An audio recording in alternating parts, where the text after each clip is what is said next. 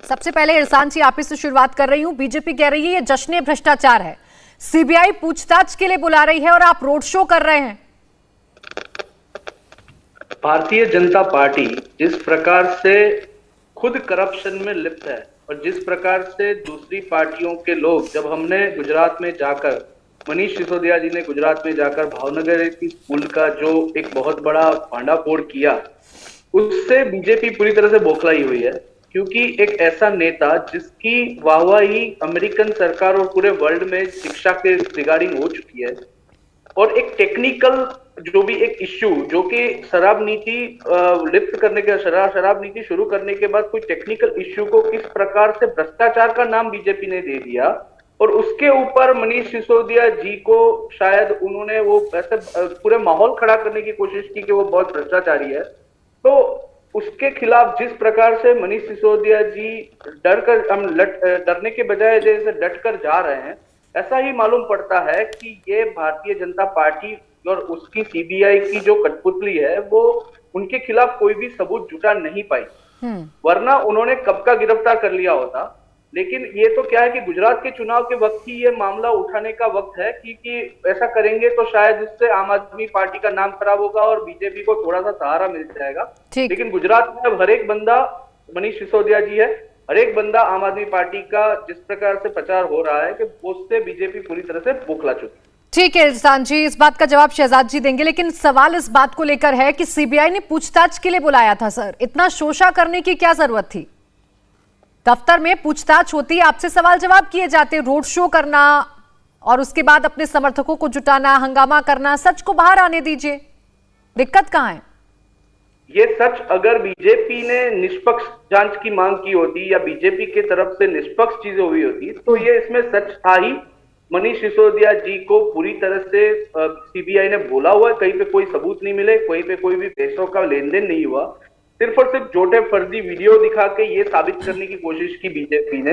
अब उसके अगर मान लीजिए बीजेपी इस तरीके से माहौल बनाती है, वीडियो दिखाती है, ये करती है, वो करती है, तो उसके सामने ये रोड शो तो एक बहुत ही सामान्य चीज है। शहजाद पूनेवाला जी, गुजरात में आपको डर लग रहा है आम आदमी पार्टी से, और यही वजह है कि जैसे ही चुनाव नजदीक आए आपने सीबीआई दफ्तर उनको बुलवा लिया। आरोप है क्योंकि आप सीबीआई का ईडी का गलत इस्तेमाल करते हैं, वो केंद्र सरकार के इशारे पर चलती है।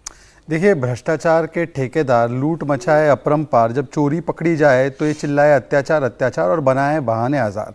बताइए, जश्न भ्रष्टाचार चल रहा है। अगर ये लोग इतने ही विक्टिम है, इतने ही पीड़ित है, इतने ही मासूम है, मासूमियत के सबसे ऊंचे पायदान पर खड़े हैं, तो 17 अगस्त की एफआईआर है। सीबीआई ने इनको कहा है ना कि कुछ नहीं मिला, मनीष सिसोदिया तो बहुत अच्छे व्यक्ति है, कुछ भी नहीं मिला, तो जाकर उसको क्वॉश करवा देते हैं एफआईआर को। यही विक्टिमहुड कार्ड, आपके पास प्राची जी पैन कार्ड है, मेरे पास आधार कार्ड है, इनके पास विक्टिमहुड कार्ड है। यही विक्टिमहुड कार्ड ताहिर हुसैन के लिए खेला था, और ताहिर हुसैन में क्या मिला? चार्जेस फ्रेम हो चुके हैं। सत्येंद्र जैन के लिए खेला था, सत्येंद्र जैन 4 महीने से जेल में। विजय नायर के लिए खेला था, विजय नायर भी अभी जेल में।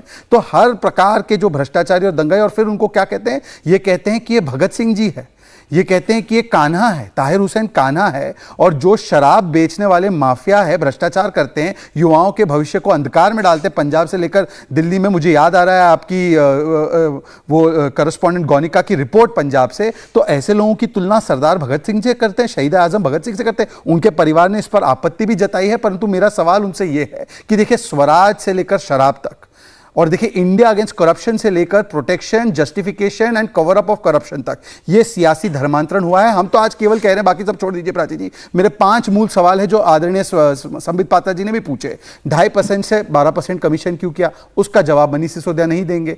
क्यों आपने होलसेल जो है, जो सरकार के पास रहना चाहिए था, धवन कमेटी की रिपोर्ट थी, आपने उसको प्राइवेट हाथों में दे दिया? उसका जवाब नहीं देंगे। ऑपरेशनल पीरियड लाइसेंसेस का क्यों बढ़ाया? मैन्युफैक्चरिंग कंपनी और ब्लैकलिस्टेड कंपनी को क्यों आने दिया? और शो कॉज नोटिस जारी किया, इंडो स्पिरिट्स की कंपनी को शो कॉज नोटिस जारी किया 2021 में, पर उस पर कोई कार्रवाई नहीं की। इन 5 सवालों का स्पेसिफिक सटीक जवाब आज तक नहीं दिया, और उल्टा केजरीवाल क्या कहते हैं? ताले तोड़ेंगे और जेल से छुड़वाएंगे। मतलब कि ये सत्येंद्र जैन को जाकर अब ताले तोड़वाएंगे, क्योंकि कोर्ट नहीं छोड़ रहा है, कट्टर ईमानदार नहीं मान रहा है, तो ताले तोड़कर एक मुख्यमंत्री कह रहे हैं कि मैं उनको छुड़वा कर लाऊंगा। ये इस प्रकार का ट्वीट किया है। देखिए, ये ट्वीट है, जेल से ताले टूटेंगे, मनीष सिसोदिया छूटेंगे। मैं पूछना चाहता हूं कि ताले तोड़कर जेल से निकालना है उस व्यक्ति को जिसको कोर्ट ने जेल में रखा है, क्या ये एक संवैधानिक पद पर बैठे हुए व्यक्ति को शोभा देता है? ये गांधी जी के उसूल है? ये भगत सिंह जी के उसूल है?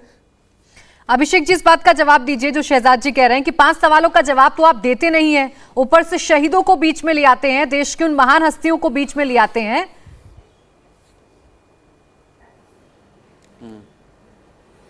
देखिए प्राची जी, शहीदों की बात कर रहे हैं शहजाद। सरदार पटेल जी ने तो आरएसएस को बैन किया था, तो ये सरदार पटेल आरएसएस से नफरत करते थे, आरएसएस को बिल्कुल सम्मान नहीं करते थे। उन्होंने बापू की जिंदगी ली थी, बापू की कत्ल की थी।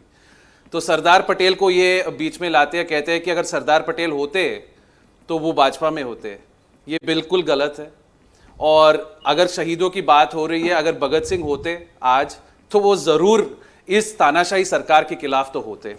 आप न्यूयॉर्क टाइम्स लीजिए, न्यूयॉर्क टाइम्स जो दुनिया में सबसे मशहूर एक अखबार है, उस न्यूयॉर्क टाइम्स ने मनीष सिसोदिया की तारीफ की, मनीष सिसोदिया की दिल्ली गवर्नमेंट स्कूल की तारीफ की। उसी न्यूयॉर्क टाइम्स ने नरेंद्र मोदी को एक तानाशाही बताया कि वो डिक्टेटर है। वही न्यूयॉर्क टाइम्स कहता है कि नरेंद्र मोदी भारत के नागरिक के अधिकार को छीनते हैं। तो क्यों अंतर क्यों है, ये बताइए हमको। अब ये एजुकेशन वर्ल्ड का एक सर्वे आया था पिछले हफ्ते Prachi ji, top 10 government schools of India. उस टॉप 10 में 5 स्कूल दिल्ली के गवर्नमेंट स्कूल थे। भाजपा के प्रदेशों में जो गवर्नमेंट स्कूल है उसकी हालत आप देखिए। अभिषेक जी, और इनके जश्न भ्रष्टाचार, ठीक है, अभिषेक चलिए, जी, आप मैं कहते हैं कि स्कूलों पर भ्रष्ट चर्चा है। नहीं कर रही सर, मैं हाँ, आपको याद दिला दूं, मैं स्कूलों पर एजुकेशन पर चर्चा नहीं कर रही। अरे मैम, आपने तो शहजाद को इतना टाइम दिया। अरे सर, मैंने इतना ही टाइम इरशान जी को भी दिया, हमें भी टाइम, मैंने इतना ही टाइम इरशान जी को दिया। अगर मेरा कोई काउंटर क्वेश्चन है तो मैं आप ही से पूछूंगी ना, मैं किसी और से तो नहीं पूछूंगी। आप मुझे एजुकेशन पर लेकर जाएंगे तो मैं आपको लौट कर लाऊंगी आबकारी नीति पर। और यही मैं आपसे पूछ रही हूँ कि वो तो शराब को लेकर उन्हें आज सीबीआई ने बुलाया है, अरे एजुकेशन को लेकर थोड़ी ना बुलाया है। मैडम, सत्येंद्र जैन के खिलाफ इन्होंने जो भी चार्जेस लगवाए थे बेनामी एक्ट के अंडर, उसको हटा दिया गया था। एक जज का नाम मैं देता हूं, गीतांजलि गोयल। उस जज को हटाया गया है क्योंकि ईडी ने कहा है कि ये जज जो है वो आपके पक्ष में है। हमारे जुडिशरी पे को बदनाम कर रहे हैं ये लोग। इनको ऑर्डर नहीं मिलती है। इनको अगर अनुराग ठाकुर के खिलाफ और कपिल मिश्रा के खिलाफ जस्टिस मुरलीधर ने कहा था कि एफआईआर दर्ज करना चाहिए दिल्ली के दंगों में, ठीक, उस जज को मिडनाइट ऑर्डर में ट्रांसफर किया गया था पंजाब और हरियाणा हाईकोर्ट। उसी जज को आज मद्रास हाईकोर्ट की चीफ जस्टिस बनाने की आज्ञा आई है कॉलेजियम से सुप्रीम कोर्ट की, वो उसके नहीं सुनते हैं। मैं लास्ट पॉइंट बताना चाहता हूं, अगर भ्रष्ट है तो सबसे बेहतर स्कूल दिल्ली में क्यों है, सबसे बेहतर अस्पताल दिल्ली में क्यों है, 3 बार चुन के क्यों आए हैं, 3 बार उप मुख्यमंत्री बने हुए हैं। लौटकर सर उसी बात पर आ गए। इंडिया टीवी हर वक्त हर जगह डाउनलोड करने के लिए सर्च करें India TV news Google play store या ऐप स्टोर पर।